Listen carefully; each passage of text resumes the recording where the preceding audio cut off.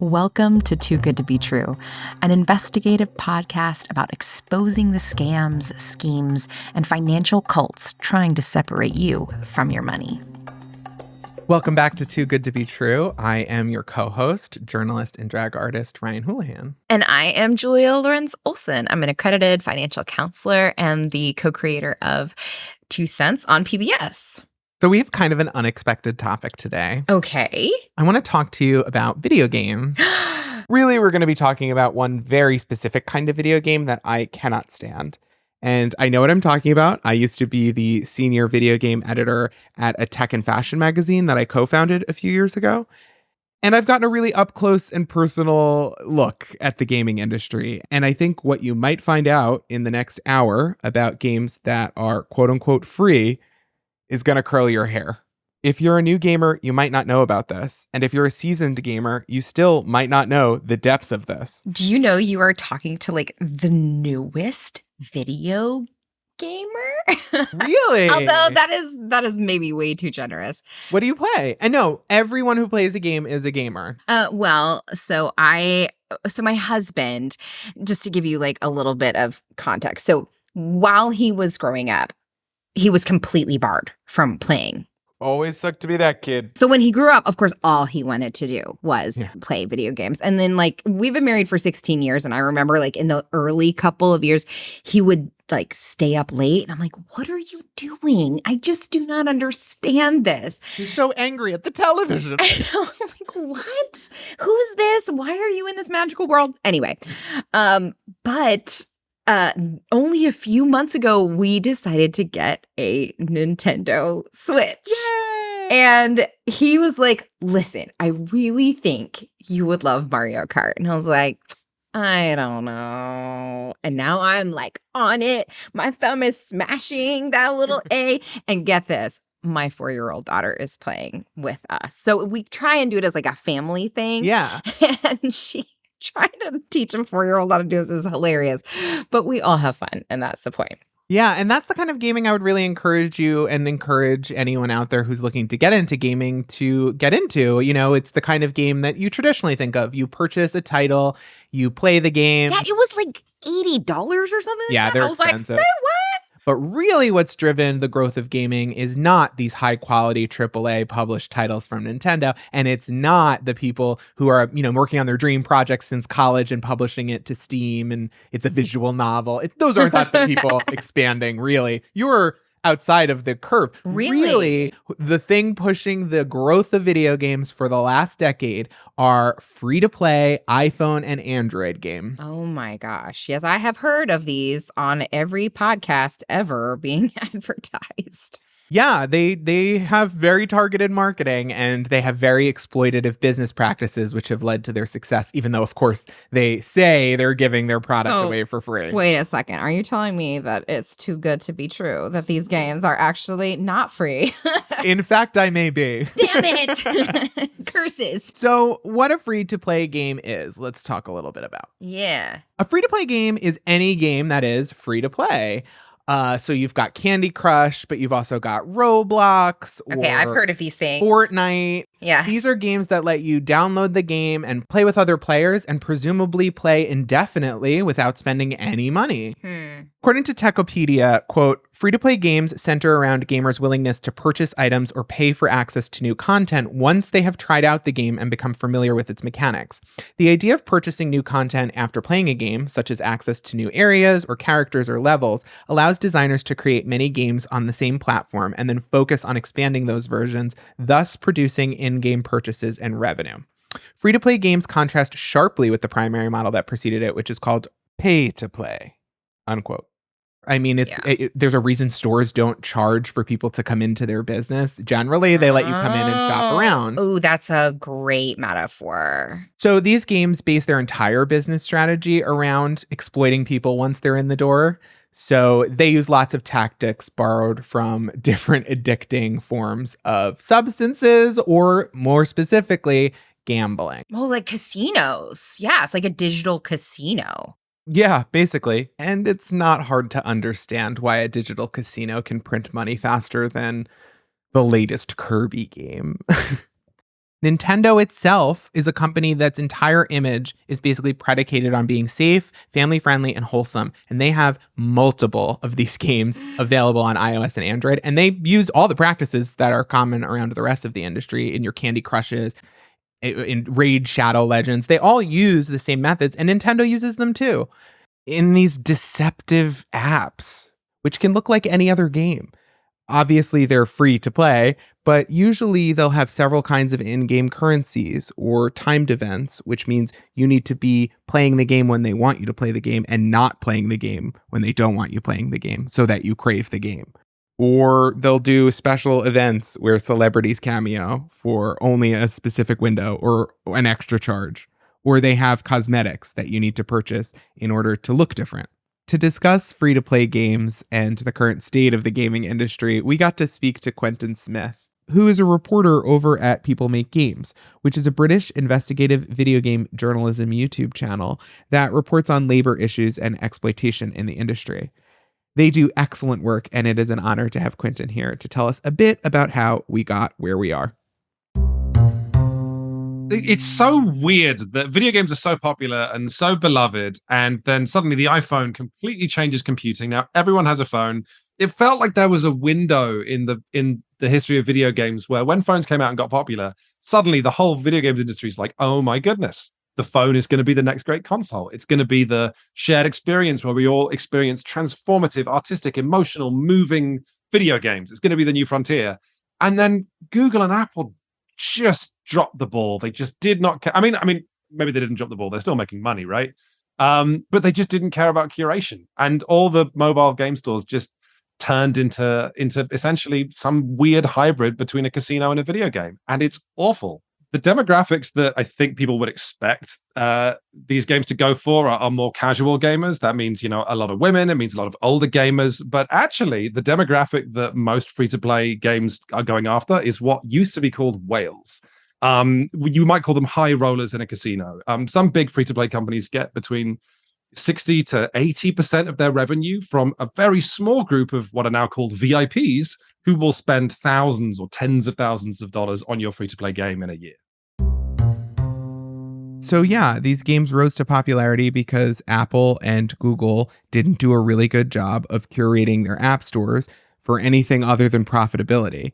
And in fact, both of those companies encouraged video game makers to give away their product for free. The interesting thing about free-to-play games, though, is that while there are free-to-play or free-to-get-started gambling websites, with free-to-play games, generally when you put money into them for, say, a microtransaction to buy you a cosmetic for your character, or coins because there's an in-game currency that you need to purchase something with, Of course. you can never get it out.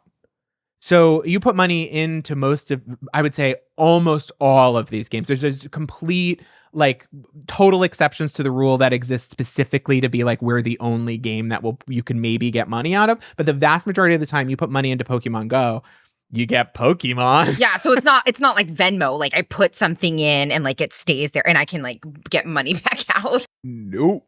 But there is a long and pretty good history of purchasing in-game items before any of this went down. Historically, the reason that developers love free-to-play is that video games are really expensive to develop. And so originally, before free-to-play really got started, companies would create video games and they were good enough base experiences. And then they would sell you additional chapters within those games so that they could put more time into development or decide which resources to allocate. So if a game was really popular, you could make additional levels and stories that maybe you were going to include, but you didn't have the money for. Even in Mario Kart, they are there's new tracks. And I'm like, yes, I want those new tracks. And that kind of seems still a little fair because you knew what you were getting when you paid for it. And now I they're have just access offering to more. plenty of other things that, I've already paid for. And yeah. And then that started to evolve into loot boxes where you would buy a random assortment of stuff for a standard price. So I think this is an interesting sort of brain chemistry that we have. So our brains actually really love unpredictable rewards. So just like slot machines, the dopamine rush that you get when you get a surprise reward is a lot more intense than when you know, like, you're getting a reward. And it's like, oh, this is a gift. I know I'm getting a gift, and I open it up, but if it just kind of like comes out of nowhere, the dopamine levels are much higher. So in the pursuit of finding somebody to bleed dry, they have a variety of these mechanics to try, because the truth is each of these tricks is only going to work on a certain portion of customers. So what they're really doing when they exploit that is different checkpoints within the game are going to require you to pay different amounts of money. So say, for example, the game allows you to play one level with all your friends in one outfit. Each of those limits is now a checkpoint where they can say, oh, did you want new outfits? Oh, that's only a couple dollars. Oh, did you want to go to the other levels? That's only a couple dollars. Oh, did you say run out of space in your friends list? Well, the way we're monetizing our game is to charge you for having friends. oh my gosh. Wired wrote a piece about a study into these methods entitled, It's Not Just Loot Boxes, Predatory Monetization is Everywhere, that reads, quote, the study found 35 different techniques over 8 domains. Game dynamics designed to drive spending, product not meeting expectations, monetization of basic quality of life, predatory advertising, in-game currency, pay-to-win mechanics, general presence of microtransactions, and others. The examples, several of which run afoul of UK consumer protection regulations, are numerous. Gamers cited aggressive advertising in Candy Crush that targets them when they cannot quite complete a level, or inventory space limits in Fallout 76 and Elder Scrolls Online that makes it difficult to enjoy the game, unquote. For more about this, let's listen to a clip from the YouTube channel Side Projects. That's youtube.com/@sideprojects, who made a video called The Science and Psychology Behind Free-to-Play Games.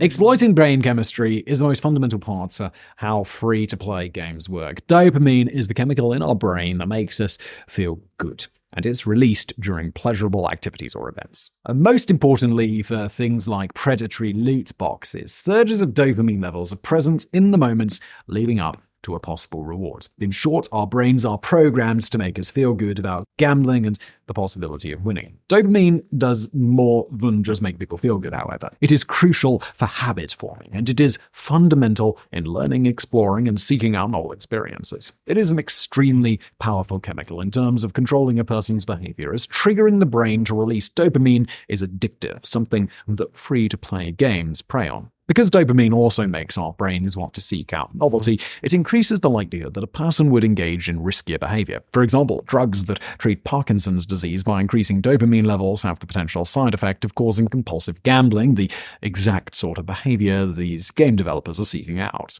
By introducing random elements, it suddenly becomes exciting, with our brains releasing dopamine in anticipation of these rewards and again upon receiving them.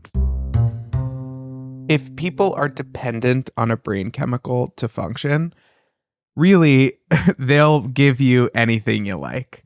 And so basically anything you can do to capture that audience and make them dependent can be financially justified. So unless someone like a government steps in to intervene, we have companies incentivized to create a world where we have a portal, several floating around your house to exploitative casinos, essentially. It's just basically a digital casino or like an arcade, right? Where when you run out of quarters, you just couldn't play anymore, right? Well, a credit card is not quarters. So, for example, there was one little girl named Lily Neal. According to the grunge.com article, she managed to charge $6,000 in around 5 months, with a whopping 74 of those charges coming in a single 6-day span. It's really easy to miss the occasional charge on your credit card, especially because we are so inundated with streaming services. I mean, charges from the App Store that may not say it just what says Apple, and you're just like, well, I guess I bought it, you know? Yeah, what do they changed the price of Apple's music subscription, so maybe it's that. Now I've got Apple TV. And even with video games, a lot of parents are into video games. So that makes sense. Are used to seeing Xbox or Microsoft charges, and they might not question it. But it's entirely subjective if these companies will refund your purchases. Yeah, I was about to say, like, is there a way to try and fight something like this if you find yourself in that position? There are some ways, like but they're entirely up to those companies. In their terms of service, they do not have to reverse those charges, and very frequently they don't. Can I charge my child with fraud? Well, it's crazy too, because it's like, it's not like you're authorizing these credit card uses. No, well, that's what I'm saying. It's like, I'm not authorizing these, but I mean, I can understand in like a legal context. It's like, you put your thing in there, you gave your, consent that she should play. Like, this is on you. I can totally see it being framed like that. Sweet Lily, like, were they able to get their money back? According to this grunge.com piece, the Neals were faced with having to sell a few vehicles to cover the cost of Lily's purchase. Oh my God. That was after Apple initially refused to give them a refund, but finally Neal told his story to the media, and then Apple caved. So no word on whether or not they're getting their vehicles back, but even if you were to get a concession from a company like this, it can be financially devastating to wait for it. These situations have led to a ton of lawsuits, but in order to bring a lawsuit to a company like this, you need a lot of resources. Yeah. And they're so incentivized to protect these developers, because these developers make up the bulk of the gaming industry today. So since it seems like as of now, there's no real legal precedent for people like her parents to be able to come back after, these companies that allow their children to charge up all these cards. What is left? Like, the legal system has failed us. So it seems like our only option is hopefully regulation. But like, regulation would be great if we could get a Congress together that could pass some, and a president who would be willing to rein in massively financially motivated corporations. I haven't seen one in a while, but if we do see those things hanging around, that would be great. I did see when I was looking into this topic that there are legislatures in some states and even other countries around the world that have considered regulating specifically loot boxes. Yes, because they're such a very obvious form of gambling. And especially now, this blew my mind. These secondary markets have sprung up where people can sell the rarer contents of these boxes for hundreds or thousands of real dollars. I had no idea. There's whole YouTube channels of people opening loot boxes and figuring out what's inside, like a thrift haul or something like that. This is where maybe we might have some purchase. Very similar to how gambling companies hire influencers to do gambling streams mixed in with their gaming streams. A lot of these companies will pay to mix their free-to-play product into other forms of media that might not be about such exploitative stuff. So you've got influencers hawking free-to-play games to young demographics coupled with children's content. And basic regulation that could put rules around what we advertise to children on the internet, basic guidelines would go a really long way. And it might be something that we can pass, similar to loot boxes, that it's easy for people to understand. It's easy to say it's wrong. And it's not like these companies don't have other alternative means for making money. That's what I'm saying. It's you have other ways of making your money. It's not anti-capitalist if you're okay, this one very, very egregious form that you were doing, how about we just put that off the table? Yeah. Our guest Quentin actually broke this story to the wider internet over at youtube.com/@peoplemakegames in a video titled, quote, "How Valve is Profiting from Steam's Backdoor Casinos." Here's Quentin to discuss the use of in-game items or downloadable content called DLC as unregulated financial assets, and what that lack of regulation means for the future. As is so often the case in sort of emerging tech markets, I think governments are crazy behind the eight ball in a lack of regulation around free-to-play games, because to some extent this is the perfect evolution of gambling, because if you lose money, and if you win, you don't get any money from the people playing the game. You get a digital asset, like a t-shirt for your avatar or something.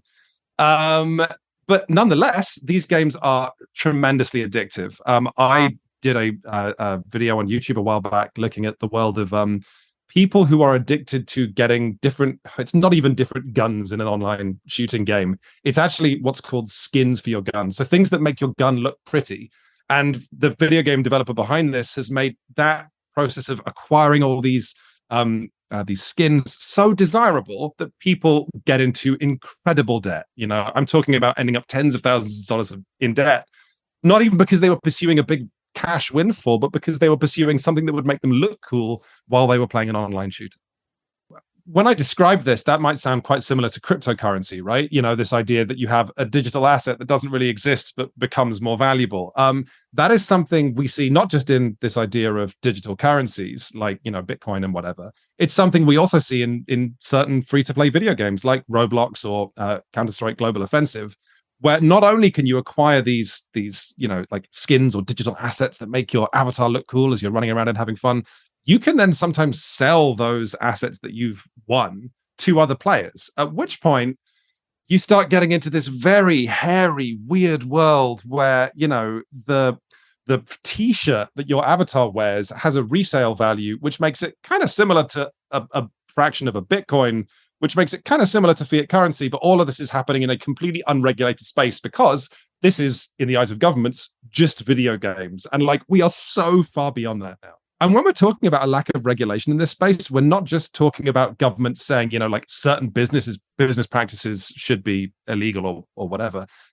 More importantly, there is no age limit on any of this. So, you know, you might say that someone who's 21 and walks into a casino and loses $100, well, they had that coming. They should have known better. But we're talking about, you know, a 10-year-old who logs onto Roblox with $20 in digital currency that their parents have given them and losing that $20 because they aren't even aware of what's happening to them. They're not even aware of, you know, how casinos or you know, or video games can manipulate them into separating them from their money. The thing I would love to stress on this podcast is that we are currently in a very dark moment in the video games industry where slowly, like in a glacial pace across decades, more and more and more lessons from the heavily regulated casino and gambling and betting industry are being brought into video games.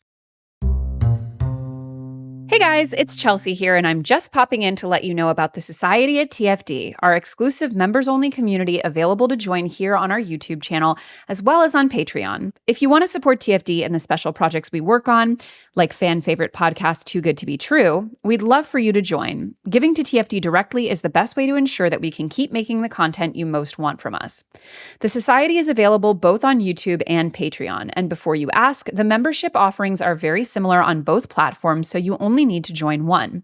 Some people prefer YouTube, so join us there. Prefer Patreon? Join us there. And since you guys have been asking for clarification, here's a breakdown of what you guys get for each tier on each platform. On YouTube, our membership tiers are $2.99 and $4.99. For $2.99, you get loyalty badges and moan emojis on YouTube, 40% off TFD digital events, monthly office hours with Chelsea, access to our Discord community, access to our monthly book club, and access to our questions answered by me or guests on the Financial Confessions. For $4.99, you get everything from the $2.99 tier, plus exclusive ad-free videos each month where you can catch me rant about Dave Ramsey, TikTok face, girl bossing, Goop, and so much more. Entire backlog of ad-free bonus videos. 50% off TFD live digital events on everything from $12 workshops to $199 courses, priority access to get your questions answered by me or guests on the Financial Confessions. And over on Patreon, our tiers are $7 and $12. For $7 a month, you get exclusive ad-free videos each month, our entire backlog of ad-free bonus videos, 50% off TFD live digital events on everything from $12 workshops to $199 courses, monthly office hours with Chelsea, access to our Discord community, access to our book club, automatic enrollment in exclusive Patreon-only newsletters, priority voting on the monthly book club selection, and priority access to get your questions answered by me or guests on the Financial Confessions. For $12, you get everything from the $7 level, plus our weekly Ask TFD Anything newsletter, where you get your personal questions answered by the TFD team. No topic is too small or too big to ask. The Society has something for everyone, so click the link in the description of this episode to join us on your preferred platform. So all of this is currently moving at breakneck speed. When we're talking about it right here, when you're hearing about it, there's probably new kinds of games coming out that are doing new and exciting forms of exploitation. New and exciting. Innovating, really. Innovation on exploitation.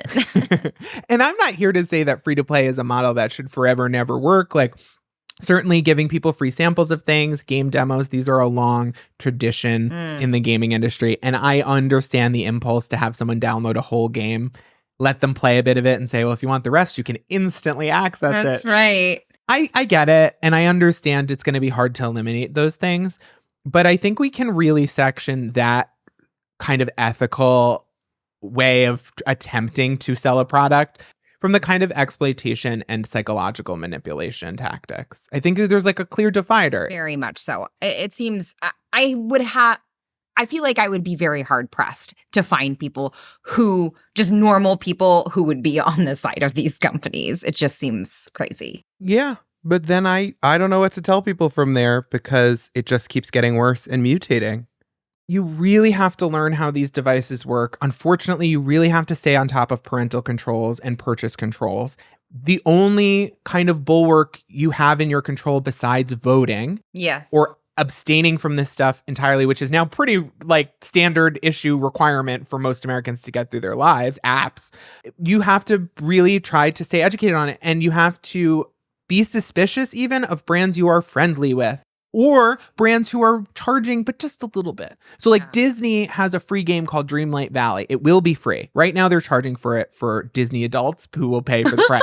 Oh my But God. it is a free to play game with exploitative models in it. And it is fronted by Mickey Mouse. And they are charging for it right now. They won't always be. But after they've seeded people into saying they like it, and those people have helped them improve the product, they'll give it to kids for free. And a Disney World in your pocket sounds really great for every kid. Fantastic. And to the Walt Disney Company, creating, managing, and distributing this game is worth it to them, as long as they get access to that tiny minority of whales. And something tells me these whales are more like calves. So that is a very good point. Most of the people who get caught in this, like the little girl we discussed earlier, if they're not adults who are at a disadvantage, maybe educationally about this topic, they're children who have no way of avoiding the manipulations of advertising. If you remember what Nickelodeon commercials did to kids' brains, think about what a handheld version that knows a ton of information about you, that's interactive, could get a kid to covet. Young people tend to gravitate towards video games, not just because they're attractive, not just because of the advertising, but also because of the social pressure. Mm-hmm. And you have 12% of young American adolescents being described by a study published in Behavioral Sciences in 2015 as pathological video gamers. Oh my gosh. Because even as children, they are having addiction-like symptoms similar to substances and intoxication. Oh my gosh. Here's a quote from neurohealth at nhahealth.com. For Seattle-based psychotherapist Dr. George Lynn, 80% of his patients' issues stem from too much gaming, including watching too many videos online or excessively using social media. As a result, Dr. Lynn is witnessing, quote, a personality syndrome that comes from basically unbridled, uncontrolled use of recreational use of screen media during the day and at night. I mean, of course, and to be fair, I mean, as a parent, I can just tell you, raising kids is so hard. It's so hard. The level of personal engagement and mental creativity you have to bring to the game if you want to do any sort of a good job, it is so easy and very tempting to be like, listen, I need 15 minutes of you not talking to me. Yeah. Here you go, right? And my mother, I mean, there wasn't anything necessarily on the TV that I would have even want to watch, right? So, I mean, I feel for us, but it is obviously creating, I think it's the boundaryless usage. I think that's a major problem. So you have people who are using screens as replacements for childcare 100%, not That's just true. because it's convenient, but because we don't have built-in childcare. No, we in our don't. society. And the reason that, I mean, even if you're a parent who's on top of things and you're tech savvy, they changed the policies and the settings and the interfaces of these devices often enough that you're going to have to learn a few versions of it during your child's lifetime and be aware of when you need to set new restrictions. And this isn't even the worst of it. Beyond hiding from regulation and using market penetration to hunt down that small percentage of highly exploitable victims with access to a lot of capital, on the back of that, not only do these companies have people paying them, some of these companies have their fan bases working for them for free. Say more on that. You have companies like Roblox who create an app that's free for kids to play. This is all I know. I know that Roblox is like a kid's thing. That is literally all I know about it. So originally there was a game called Minecraft, and Yes, that was a heard world in that. which you could build anything if you mined the resources and then built it. So you see people build these beautiful recreations of the Eiffel Tower, and it's made out of Minecraft bricks like Legos. And sometimes they get them so big and so complicated that you can zoom out and you don't even see the bricks. And they had to do all this work to build that. And kids, of course, are attracted to Legos and Kinects and clay and Lincoln Logs. And a digital version of that is really fun. Roblox piggybacked on that genre and said, we're a game that gives you all these tools to make your own fun, make your own games, do whatever you want. So they have kids who are working as game developers, creating games for other kids it's introduced as a recreational activity, but what it in fact does is create content that company, it's like a social media company more than it is like a gaming company. But on top of that, even kids can make money from this Roblox thing. So it quickly becomes a job, or you're paying for content. And this is on kids. And frankly, I'm not comfortable with the amount of free content I gave Twitter. And that's a very different calculation. Yeah. And so for kids to get used to this idea that in order to access their friends or fun, they need to be able to pay or work for free That's is awful. a really ugly precedent to establish. Absolutely. And not that it should matter, but this isn't happening in some far-flung foreign locale. These are American students who are working for free for a corporation as game devs. Quentin Smith from People Make Games also broke this topic into the mainstream with a video entitled Investigation: How Roblox is Exploiting Young Game Developers.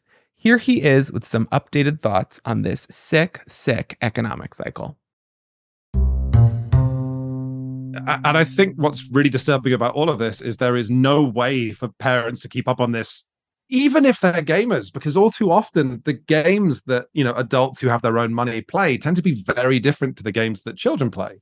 So Roblox, which is now by some metrics the most popular video game in the world, is something that is almost exclusively played by children and was described by internet culture journalist Ryan Broderick as like video games, but worse. Roblox is entirely free, but then tries to nickel and dime these kids out of however much money they have. But Roblox has this very peculiar business model that the makers of Roblox are able to frame as a very good and creative and skill building thing, because Roblox isn't actually, strictly speaking, a video game. It's a platform which hosts video games that you yourself can design. So Roblox pitches itself as a platform where kids can make games for other kids. That sounds great, right? But the thing is that Roblox is a platform that exclusively hosts free-to-play games. So if you're a kid who wants to make money making video games on Roblox, then you're not just making, the next Super Mario, which is not a free-to-play game. You're essentially trying to come up with something that acts a little bit like a casino. So yes, Roblox is teaching kids how to make video games, but it's teaching them how to make some of the most despicable and manipulative video games around. I don't know. I feel sick to my stomach sort of thinking about that. And, I have my own young daughter. She's 4, almost 5. And it's crazy how integrated technology already is in her life, like in general. And we don't even we never hand her our phone to watch something. But she knows that when I say I'm going to have a call with somebody, she looks at the phone like it's a screen. She doesn't put it up to her ear, right? She's going to interact with technology in a way that's going to seem almost innate, instinctual, whereas I had to learn this, right? Well, it's a generation of people that have such a different relationship with technology that not only are they more versed in how to make it get what they desire, they know how to enter credit card numbers and fill out menus and stuff. Their parents don't have any familiarity or memory of doing that as a risk originally. So it's not where you're when you leave the house, oh, I remember scraping my knee. Yeah, Oregon Trail, when my oxen died, I didn't have my credit card. And a lot of people don't want to learn it because they like these games. A lot of people are really motivated to defend these games because of the sunk cost fallacy. So if you're a millennial and you've collected every Pokemon in Pokemon Go and you've done all this exercise for it and your friends are on it and you've put maybe some money in it, maybe even $200 over the course of several years, you're going to defend that app. You're going to come up with reasons why it's not the app's fault because you're forming a parasocial relationship, not just with the app, but with all the people in the app.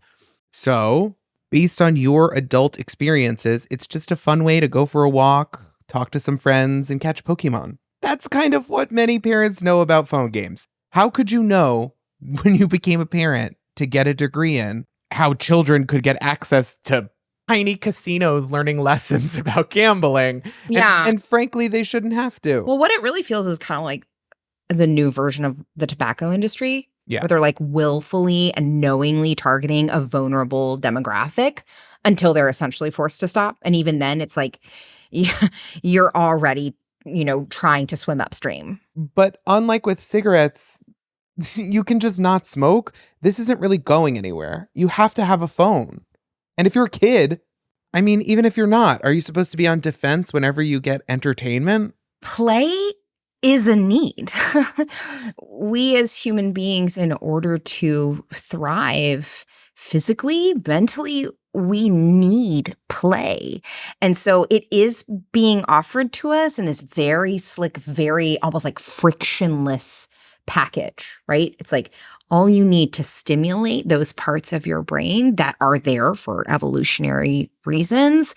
It's right here. So easy. And yeah, in New York here, I've tried to spend a big part of every day in Central Park. And I can't tell you how many kids I just see on devices. And I'm like, look around you. Look at these kids playing, running around. Like, that's why you're in a park, not to just like turn off. But it's addictive. And these kids can't be expected to know that or have any sort of self-awareness, right? Or have a concept of play or even gaming. Gaming is not an objectively bad thing. Studies have shown across the board that even violence in video games does not have a negative impact in kids' development. Wow. But what does is gambling and being emotionally manipulated. Mm-hmm. And what does is an association between economics and fun that you cannot break. At least when you're a kid, it's the one time when it doesn't cost you money to relax. Or it shouldn't. It shouldn't cost anybody. No. But especially a child who's developing. And the idea of a kid at the park and being left to run around as a relief for parents, if you knew that park was filled with hucksters and scam artists, you wouldn't necessarily push them into it as a way to waste time. But you can't see it. It's not tangible. Yeah. Okay, so what you're telling me is basically, I just need to be okay with making my child a pariah. That's where I'm at. Basically, you have to like create alternative ways for your kids to socialize. It's a part-time job. It seems like maybe I'm saying that facetiously, but honestly, I'm not. I think we are at a place where, and we've discovered this in other episodes that we've done, capitalism is running haywire now through our children's lives every day. And in order to try and keep them some level of safe, it is going to require me, I'm talking to myself, me as a parent, to hold a line. It is okay to say, no, you may not have that, and offer some sort of other alternative. Because I know my kid is going to come at me and want something like this. I know. So I need to be prepared with a healthy alternative, right? Yeah. And it's okay to sit down and explain to kids too, like why these apps are different. Yeah. Because I think people think kids can't understand being tricked or exploitation or any of these things, or we all have that super immature opinion that once we know about it, we won't be tricked. Oh, that's, I think, right there. So you can explain to your kids too stories of things that have happened to other kids in the news, real stories, not exaggerations. You can tell them what the kind of times you felt fooled by apps, because I certainly have been fooled by apps. I put money into Pokemon Go when I was bored in 2016.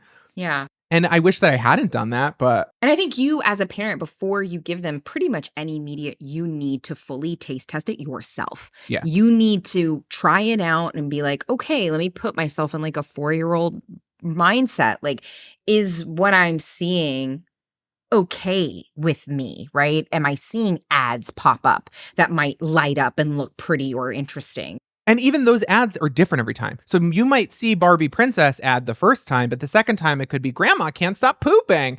And you might not want your kid to be watching Grandma Pooping content. Grandma Can't Stop Pooping. Let's hear from Quentin one more time, who's got some advice for parents who might be feeling a little overwhelmed at this exact moment of listening to the show.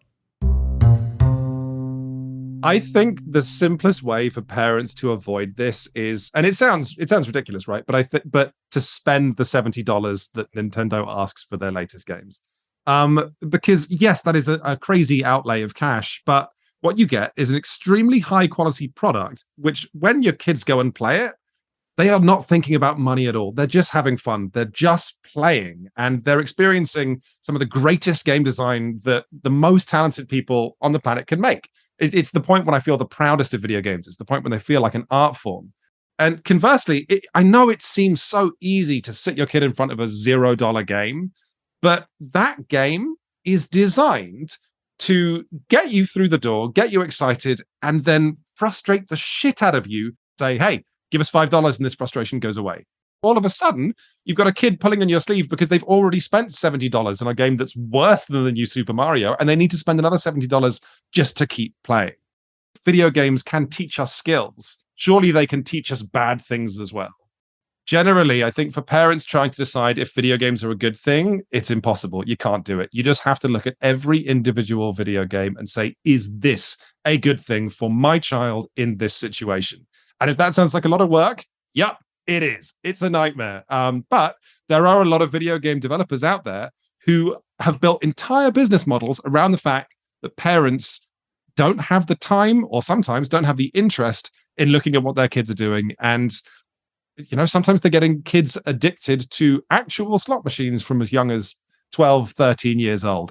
So, yeah, I think this absolutely needs to be regulated by governments, but that's not going to happen. So until it does happen, I think parents do need to just pay attention to the kind of games their kids are playing. And if you don't understand those games, that's fine. I'm sure there are lots of people on the internet who will teach you about it if you do a post on Reddit or something. My kid is playing this, and should I be worried? And gamers will be very quick to say either yes or no.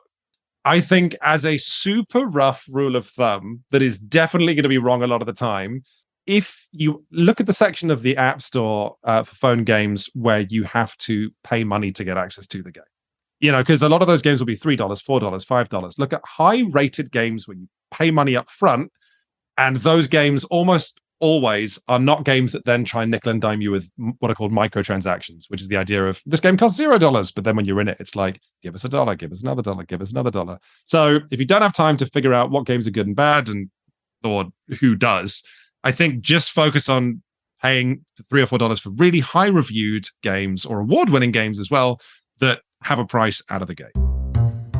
As someone who loves video games and grew up with them, there is a benefit to kids having to make their own fun, being bored, playing imagination games. Yes. And these apps really want to replace that. And what they want to replace it with is a really toxic thought pattern that you get imprinted with early.